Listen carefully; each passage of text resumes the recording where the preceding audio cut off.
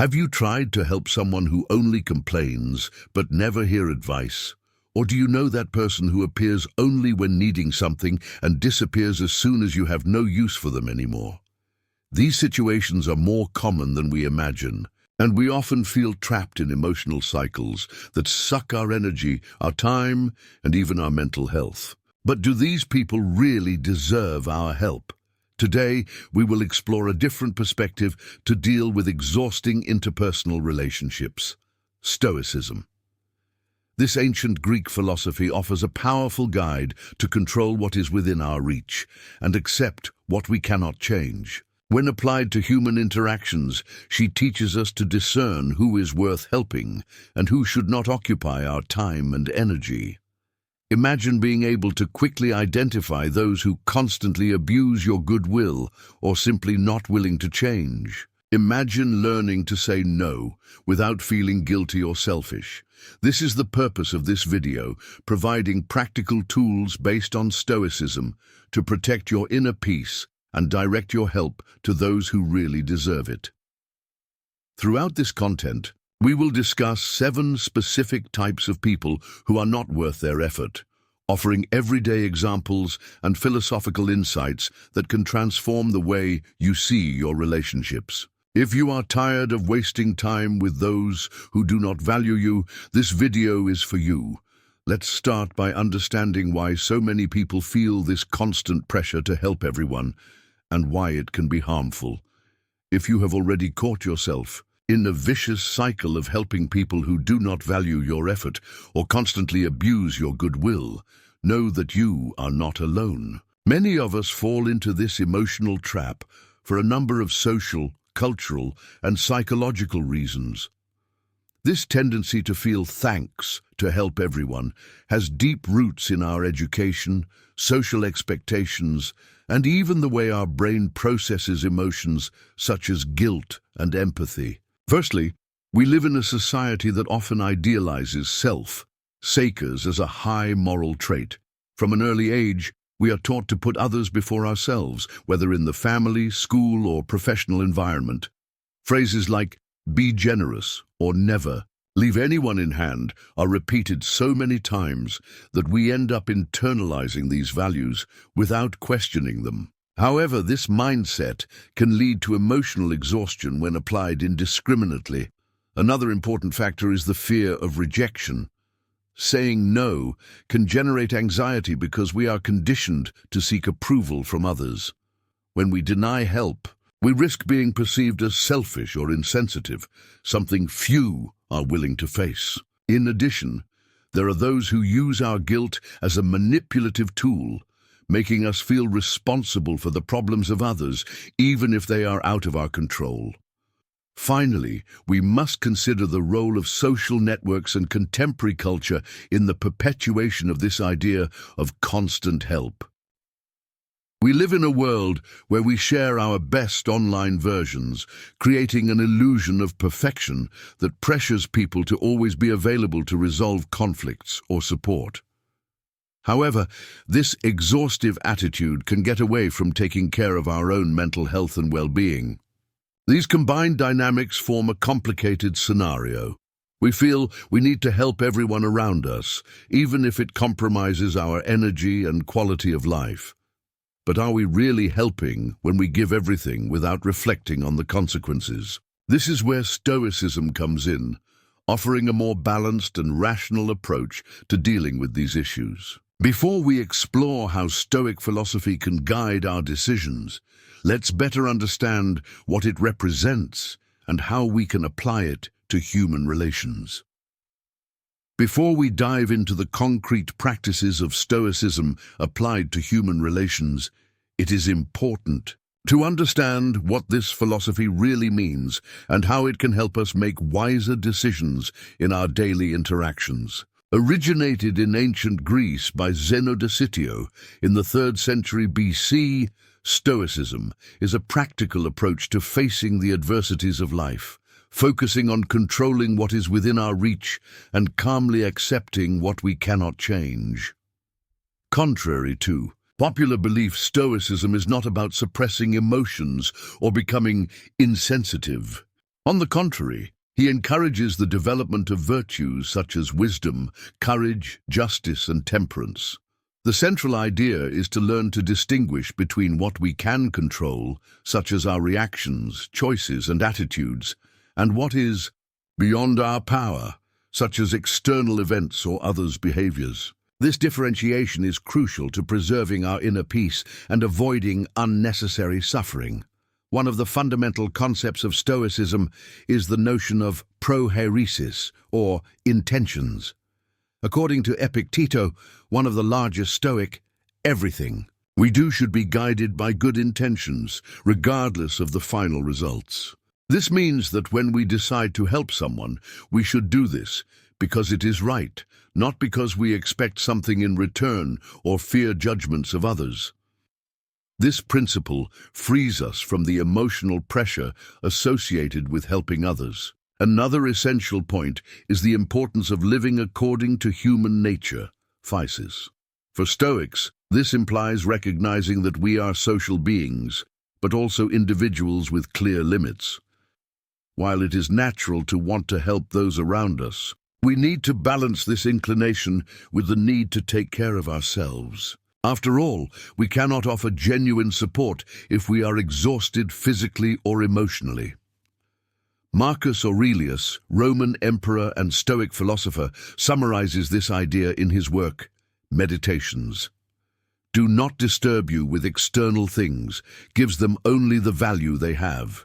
And this quote reflects the Stoic posture of accepting the world as it is, without trying to force changes where there is no control.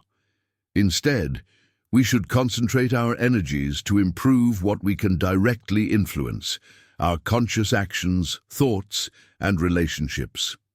Applying this to the context of interpersonal relationships, Stoicism teaches us that not all people deserve our time or energy. If someone constantly abuses our goodwill or does not show the willingness to change, we are released from feeling guilty about refusing help. Instead of seeing this as a lack of empathy, we can see it as a form of self-care. With this clear philosophical basis, we are ready to explore 7 specific types of people who, according to Stoicism, are not worth our emotional investment. But before we move, it is worth remembering that identifying these behavioral patterns requires continuous practice and reflection. Let's now dive into these examples, starting with the ungrateful person. Now that we understand the basic principles of Stoicism and how they can be applied to human relations, the time has come to identify 7 types of people who do not deserve our time or energy. These individuals share characteristics that make their interactions emotionally exhausting and often unproductive. By learning to recognize them, you gain freedom to direct your help to those who really value it. First, the ungrateful person. You helped someone who didn't even bother to thank. Ingratitude is a clear sign that this person does not value his effort. She simply accepts her contribution as guaranteed, without showing any recognition. A classic example is that co-worker who always counts on you to save the day, but never mentions your name when the merit is distributed. According to Seneca, help because it's right to do, but don't expect anything in return. Although it is important to offer genuine support, we should also be aware of reciprocity. If after multiple attempts to help an ungrateful person, they continue to ignore their gestures, maybe it's time to reconsider this relationship. The manipulative person. Manipulative people are masters of using our guilt or emotions to get personal advantages. They know exactly which buttons press to convince us to do what they want, even if it goes against our interests. Imagine that relative who says, "If you really loved me, I would do that for me." This phrase is typical of those seeking emotional control over others. Stoicism teaches us to recognize these tactics and resist them. Remember, you are not responsible for the choices of others. Saying no to a manipulative person does not mean lack of empathy. It means preserving your own emotional integrity. Third, The person addicted to problems. This person lives in a constant cycle of crises, but never takes concrete measures to change his situation. It always has a new excuse or justification to avoid responsibilities. For example, the neighbor who calls every week asking for money to pay bills, but keeps spending irresponsibly. Epicteto warned, help those who are willing to change, not those who like to suffer. If you realize that your help is being used to support self-destructive behaviors, it's time to reconsider your approach. Continue feeding this cycle will only prolong the suffering of both the person and you. Fourth, the toxic person. Toxic relationships are those that suck your emotional energy until you make it completely exhausted. This type of person often finds defects in everything you do, undermining your self-esteem and creating constant conflicts. A boss who never recognizes his efforts but loves to point out his mistakes is a good example. Marcus Aurelius reminds us, you can't control the actions of others, but you can control how they react to them. Distancing yourself from toxic people is a way to protect your mental health and keep your inner peace intact. Fifth, the opportunist person. Unlike the manipulative person, the opportunists appear only when they need something and disappear as soon as you are no longer useful for them. Remember that you are looking for you only when you want a favor, but it's never there when you need it. This is pure opportunism. For Stoic, investing energy in those who do not value their presence is to waste precious resources. You should prioritize those who show genuine reciprocity and respect for your time and effort. The inflexible person. Even in the face of clear evidence, some people refuse to admit that they need to change. They insist on blaming others for all problems, refusing to assume any responsibility. A romantic partner who blames you for all the conflicts in the relationship is a perfect example. Stoicism teaches us that we can offer guidance, but we cannot force anyone to evolve. If the other party is not willing to change, continue advancing without them. Seventh, the cynic person. Finally, we have those people who sabotage any attempt to improve, spreading pessimism where they go. The friend who laughs at his professional goals, saying, "Oh, it will never work." This kind of negativity can be extremely demotivating. Distance from those who try to turn off their light. As an Epicteto said, don't ask things to happen as you want, but you want them to happen as they should be, and you will have peace. Focus on people who support your dreams and goals. Identifying people who are not worth their time or energy is just the first step. The real challenge is to transform this consciousness into concrete action. For this, Stoicism offers a number of practical tools that can be applied in everyday life, helping us make wiser and more balanced decisions. Let's explore some of them.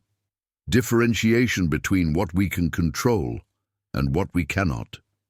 This basic principle of Stoicism must guide all their human interactions. Ask yourself before helping someone, can I really influence the result of this situation? If the answer is negative, it may be better to concentrate your energy on something where you have greater decision-making power. For example, if someone insists on blaming others for their problems, remember that you cannot change your mindset, but you can choose how to react to it. The reflective diary. Maintaining a Stoic diary is a powerful practice to evaluate your daily interactions. Reserve a few minutes at the end of the day to reflect on situations where you have difficulty saying no or where you realize that your help was wasted.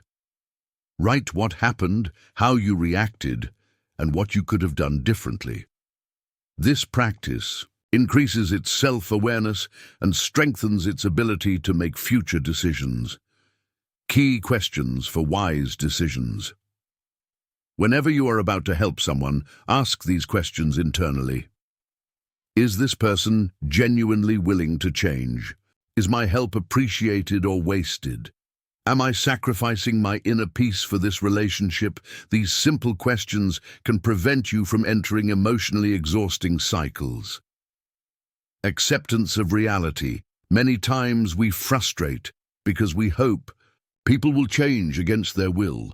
Remember the words of Marcus Aurelius, accept the world as it is. This means recognizing that not everyone is ready or willing to evolve. By accepting this truth, you free mental energy that can be directed to more productive relationships. Development of emotional resilience. Finally, practice negative visualization exercises regularly. Imagine difficult scenarios that someone can abuse your goodwill or ignore your help. Reflect on how it would react in these moments without losing your calm or emotional health. This mental preparation makes you more resilient to interpersonal adversities. By integrating these tools into your routine, you will begin to notice significant changes in your relationships. Not only will you be more aware of who deserves your help, but will gain mental clarity and emotional tranquility. In the next chapter, let's reflect on why no is not selfishness, but an expression of wisdom. Throughout this video, we have explored 7 types of people who are not worth our time or energy, and learn how Stoicism can guide us in wiser and more balanced decision-making. But a central question still needs to be addressed. Why do many people feel guilty to say no? The answer is rooted in our mistaken perception of empathy and responsibility. When we refuse to help someone, we often interpret this decision as selfish or insensitive. However, Stoicism teaches us that taking care of itself is not an act of selfishness, but a form of wisdom. If you are constantly exhausted emotionally or sacrificing your mental health to meet the demands of others, you are less able to offer genuine support when really needed. Think about it as a plain metaphor. Before helping others, you should put your own oxygen mask first. This does not mean that you are ignoring the needs of others. It means that it is prioritizing its ability to act effectively and sustainably. Seneca summarized this elegantly. Help because it's right to do, but don't expect anything in return. When we help without expectations, we are free from the emotional pressure associated with gratitude or retribution. Also, saying no sends a powerful message to those around you. By setting clear limits, you encourage people to take responsibility for their own lives. Instead of perpetuating emotional dependence cycles or manipulation, you promote individual growth for both you and others. So remember, protecting your inner peace is not selfishness. It is self-care responsible. You have the right to choose where to invest your energy and with whom you share your time. In doing so consciously, you will be creating healthier and significant relationships while preserving your mental health and well-being. With this final reflection, we reach the crucial point of this video. Now you have practical tools and philosophical insights to transform your human interactions. In the next chapter, we will invite you to interact and reflect on these ideas.